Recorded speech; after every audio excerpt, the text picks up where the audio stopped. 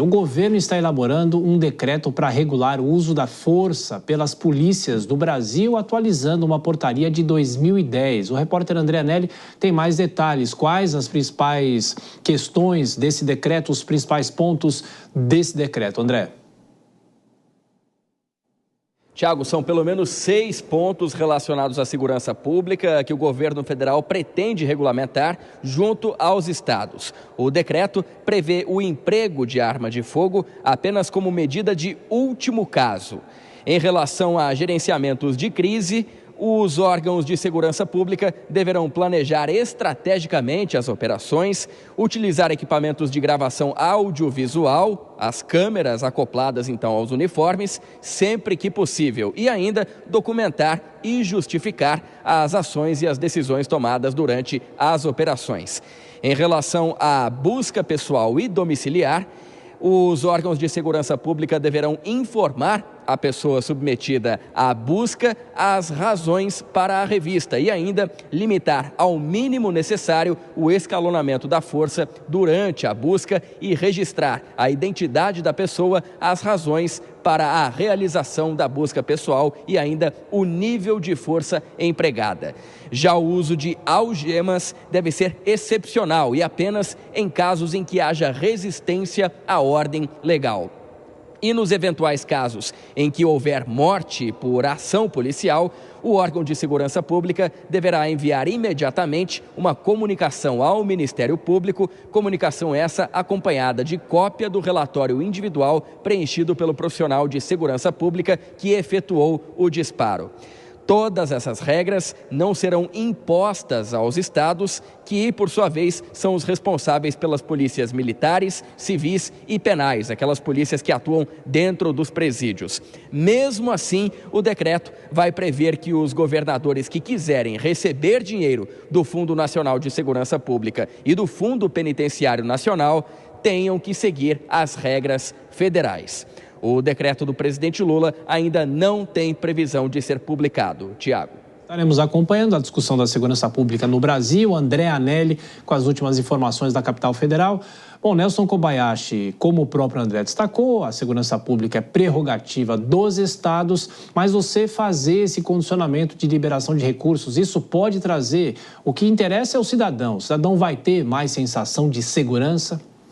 Olha, Tiago, eu acredito que o cidadão teria maior sensação de segurança se as regras a serem endurecidas fossem aquelas contra os eventuais criminosos. E aqui a gente está vendo as regras se endurecendo contra os policiais. Então, acredito que isso não vai impactar na sensação de segurança do cidadão, talvez possa piorar, sabendo que o policial terá que seguir uma série de outras regras para, eventualmente, prender alguém que esteja praticando algum crime. Agora, eu queria comentar essa condição que o governo federal dá aos estados para ter acesso ao Fundo Nacional de Segurança Pública. Isso é uma espécie de coação institucionalizada, porque a gente sabe que a maioria dos estados são deficitários, são estados pobres, que não têm dinheiro. Que isso, inclusive, tende até a piorar depois dessa reforma tributária em relação ao conselho que vai cuidar aí daqueles impostos que iam diretamente para os estados. Então, o estado, na necessidade ali, na necessidade quase que imediata de ter acesso ao Fundo Nacional de Segurança Pública, ele vai se render e não vai exercitar a sua liberdade, a sua prerrogativa, a sua competência de decidir a respeito dos critérios de segurança pública e vai ceder aos critérios estabelecidos pelo governo federal tão e simplesmente pelo acesso ao dinheiro, e não por convicção, e não pelo convencimento, e não pelas razões, pelos motivos, pela racionalidade da política pública sugerida pelo governo federal. Então, eu acho que isso desrespeita as autoridades constituídas nos estados, é um desrespeito do governo federal para com os governadores dos estados e principalmente para com o povo de cada um desses estados que escolheu os seus governadores para tomarem as decisões nos momentos em que elas viessem a ser o momento de ser decidida. Ou seja,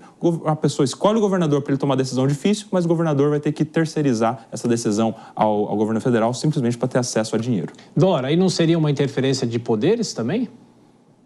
Olha, eu acho que sim, concordo com o Kobayashi, acho que é uma maneira, como o governo não tem força política para fazer mudanças na Constituição, fica aí com essas medidas pontuais. Antes, Kobayashi, de os governadores se renderem, eu acho que isso vai dar muito problema, vai dar polêmica, vai dar reação. Vocês lembram, teve também essa condicionante, lá eu acho que a adesão ao sistema único... Das câmeras Foi nas isso, fardas né? policiais, exato. Que também tinha a mesma condicionante, né? E aí, também não aconteceu nada, porque isso depende de adesão, os governadores reagem, os governadores também têm sua força junto ao Congresso, né? Então, não acho que seja tão imediato assim, mas é o governo ali, sabe aquela coisa, cercando Lourenço, porque não tem força política para mudar a Constituição e dizer, não, agora tudo aqui é por conta do governo federal. Então, fica com essas coisas, essas medidas pontuais que, na prática, nem sempre nem sempre dão resultado. Eu acho que é mais uma maneira de ficar mostrando providência, e aí, na prática, isso não resolve, não resulta no que interessa, que é na segurança do público. Eu acho que é isso. Estou anotando no caderninho o Cercando Lourenço e Calendas Gregas no dicionário da Dora nesta sexta-feira.